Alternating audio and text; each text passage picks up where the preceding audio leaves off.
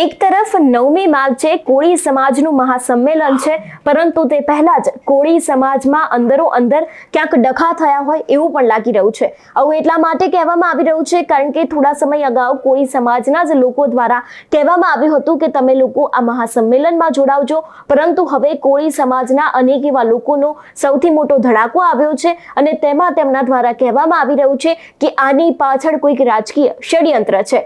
શું છે સમગ્ર વિગતો જોઈશું આજના આ વિડીયોમાં। નમસ્કાર, હું હંસિની અને તમે જોઈ રહ્યા છો નિર્ભય ન્યૂઝ। વિછિયામાં ઘનશ્યામ રાજપરા હત્યા કેસ જ્યારથી સામે આવ્યો છે ત્યારથી કોળી સમાજ લડી લેવાના મૂડમાં છે, કારણ કે આપણે છેલ્લા ઘણા સમયથી જોયું હતું કે કોળી સમાજ દ્વારા અનેક એવા વિરોધ કરવામાં આવ્યા હતા અને અંતે 9મી માર્ચે મહાસંમેલનનું આયોજન કરવામાં આવ્યું છે। આને લઈને અત્યાર સુધી કોળી ઠાકોર જે સેના છે તેના અધ્યક્ષ જયેશ ઠાકોર છે તેમના દ્વારા અવારનવાર કહેવામાં આવ્યું છે કે તમે લોકો ચોક્કસથી આ સંમેલનમાં જોડાજો, પરંતુ હવે કોળી સમાજના ઘણા બધા એવા આગેવાનો છે, એટલું જ નહીં જે લોકો જેલમાં જઈને પાછા આવ્યા છે તે લોકોના અનેક એવા મોટા નિવેદનો સામે આવ્યા છે, જેમાં તે લોકો કહી રહ્યા છે કે આની પાછળ કોઈક રાજકીય ષડયંત્ર છે અને કુંવરજી બાવળિયાને બદનામ કરવાનું આ એક નવું કાવતરું છે તેવું પણ તે લોકો કહી રહ્યા છે। સૌથી પહેલા તો તે દરેક લોકોને સાંભળીએ કે તે લોકો આ વિષયને લઈને શું કહી રહ્યા છે। નમસ્તે, જય કોળી સમાજ। મારે તમને વિછિયાના બનાવ વિશે એક વાત કરવી છે। જે પણ ફ્રીમાં આપણે એડવોકેટે મદદ કરી, બધાને છોડાયા, એનો પણ હું આભાર માનું છું, પણ મારે તમને એક ખાસ હાસી વાત કરવી છે કે જે તે આપણા કોળી સમાજના છોકરાને ખોટી રીતે પોલીસ વાળાએ અંદર ઇન્વાઇટ કર્યા છે, પછી માર માર્યો, જે કાંઈ કર્યું, પછી આ બધા મારા ભાઈઓ છે। આ મારા ભાઈને બીજા દિવસ હેડમાંથી માર્કેટિંગ હેડમાંથી પોલીસ સ્ટેશને લઈ ગયા હતા। પછી મને ખબર પડે એટલે હું પોલીસ સ્ટેશને ગયો તો મેં એના સાહેબને વાત કરી। મેં કીધું હા ભાઈ, મારી હારે બીજા દિવસ મારી હારે એડવોકેટ સાહેબની ઓફિસે લોટરી કરાવવામાં હતો, આ સાહેબ આમાં નતો, તમે આને ખોટી રીતે લઈ જશો। તો એ સાહેબ માન્યા નહીં। સાહેબે એમ કીધું કે હજી જેટલા વિડીયોમાં છે ને 500 થી 600 જણાને લેવાના છે એવું કીધું, એટલે હું ત્યાંથી નીકળી ગયો। પછી હું, અશ્વિનભાઈની ટીમ, અમે બધા ગાંધીનગર કુંવરજીભાઈના બંગલે ગયા। પછી એના બાવળિયા સાહેબને અમે બધી ખરી હકીકતની વાત કરી કે સાહેબ જેને પથ્થર નથી માર્યો, જેને કાંઈ કર્યું નથી, એને ખોટી રીતે આ પોલીસ વાળા લઈ જાય છે અને ખોટી રીતે માર મારે છે એવું કરે છે। એટલે સાહેબને તેથી કેબિનેટ બેઠક હતી, એટલે સાહેબે એમ કીધું તમે 10 વાગે મારી ઓફિસે આવો, હું ના તમને આવું ને બધી વાત કરું છું। એટલે સાહેબને કેબિનેટ બેઠક પૂર્ણ થઈ પછી 10 વાગે અમને ઓફિસે બોલાયા, એટલે અમે ના મળ્યા। સાહેબને બધી વાત કરી, પછી સાહેબે તાત્કાલિક ગૃહમંત્રીને વાત કરી, મુખ્યમંત્રીને વાત કરી અને સાહેબ પણ 2 વાગે અમારી હારે ત્યાંથી નીકળી ગયા અને અંદાજે 6 વાગ્યા એટલે સાહેબ પોલીસ સ્ટેશને પહોંચી ગયા અને સાહેબેના મીટિંગ કરી, બધા અધિકારીઓને કહી દીધું કે હવે કોઈ પણ વ્યક્તિને પકડવાનો નથી, વિડીયોમાં હોય તો ભલે, ન હોય તો કાંઈ નહીં, કોઈને પણ પકડવાનો નથી।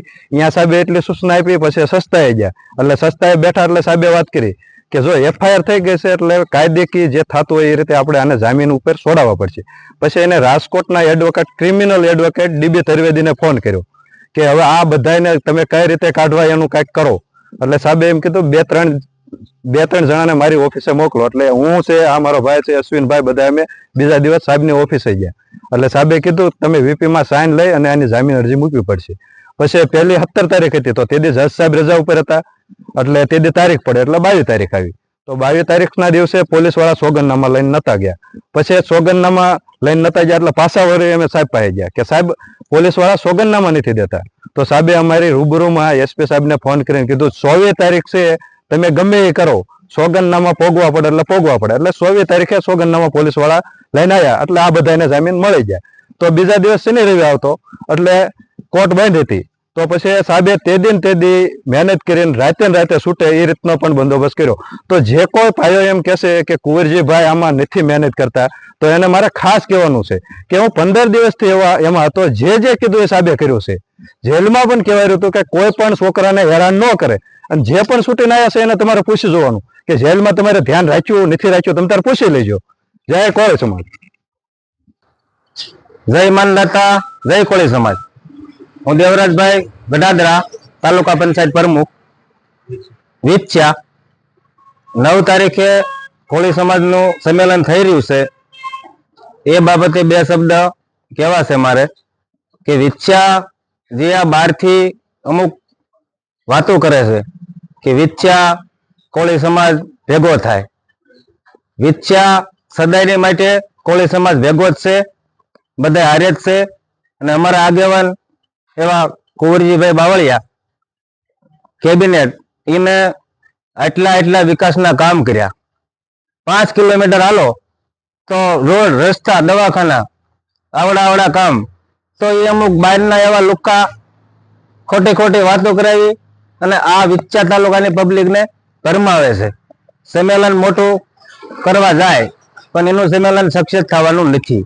આ પબ્લિક વિછ્યાની બધી જાણે છે કે આપણા નેતા પ્રધાન છે, મિનિસ્ટર છે, તો આને કેમ હેઠા પાડવા, એ રીતના આ લુક્કા બધા આવા પ્રયત્નો કરી રહ્યા છે.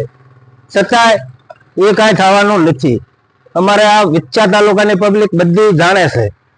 હમણે 83 લોકો માથે કેસ થયા હતા.